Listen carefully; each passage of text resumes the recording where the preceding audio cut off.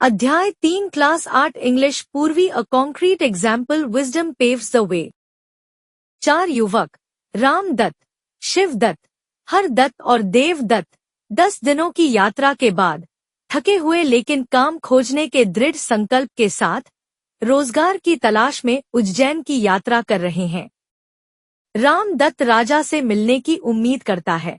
शिवदत्त और देवदत्त सहमत होते हैं कि उन्हें एकजुट रहना चाहिए। हरदत्त चेतावनी देता है कि राजा से मिलना आसान नहीं होगा और कहता है कि उन्हें एक रणनीति की आवश्यकता है। शहर के पास वे ऊंट के ताजा निशान देखते हैं।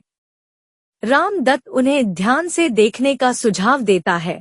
शिवदत्त उनकी ताजगी पर ध्यान देता है, जबकि हरदत्त और देवदत्त असामान्य विवरणों का ध्यान से निरीक्षण करते हैं। वे एक बड़े पेड़ के नीचे अपनी खोजों पर चर्चा करने का फैसला करते हैं। जब एक परेशान व्यापारी अपने खोए हुए ऊंट के बारे में पूछने के लिए दौड़ता हुआ आता है। रामदत्त पूछता है कि क्या वह लंगड़ा है। शिवदत्त पूछता है कि क्या वह एक आंख से अंधा है। हरदत्त इसकी छोटी पूंछ के बारे में पूछता है और देवदत्त उसके पेट खराब होने की बात कहता है। जब व्यापारी उन चारों से ऊंट किधर है पूछता है तो चारों कहते हैं कि उन्होंने कोई ऊंट नहीं देखा। इस पर व्यापारी को उनकी नियत पर शक होता है और अपने साथ राजा के पास चलने को कहता है। महल के द्वार पर व्यापारी एक चौकीदार से बात करता है और उसे महल में जाने की अनुमति मिल जाती है। उज्जैन के राजा व्यापारी की बात सुनते हैं, जो 4 यात्रियों रामदत्त, शिवदत्त, हरदत्त और देवदत्त पर उसका ऊंट चुराने का आरोप लगाता है।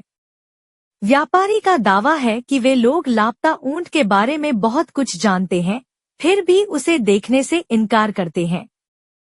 प्रत्येक व्यक्ति अपने अवलोकन की व्याख्या करता है। रामदत्त कहता है कि ऊंट लंगड़ा था क्योंकि उसके पच्चनों पर 3 स्पष्ट निशान दिखाई देते थे, लेकिन एक हल्का था जो दर्शाता था कि उसने उस पैर पर कम भार डाला था। शिवदत्त का कहना था कि ऊंट अपनी दाहिनी आंख से अंधा है क्योंकि उसने केवल सड़क के बाईं ओर के पत्ते खाए थे, दाहिना भाग अछूता छोड़ दिया था।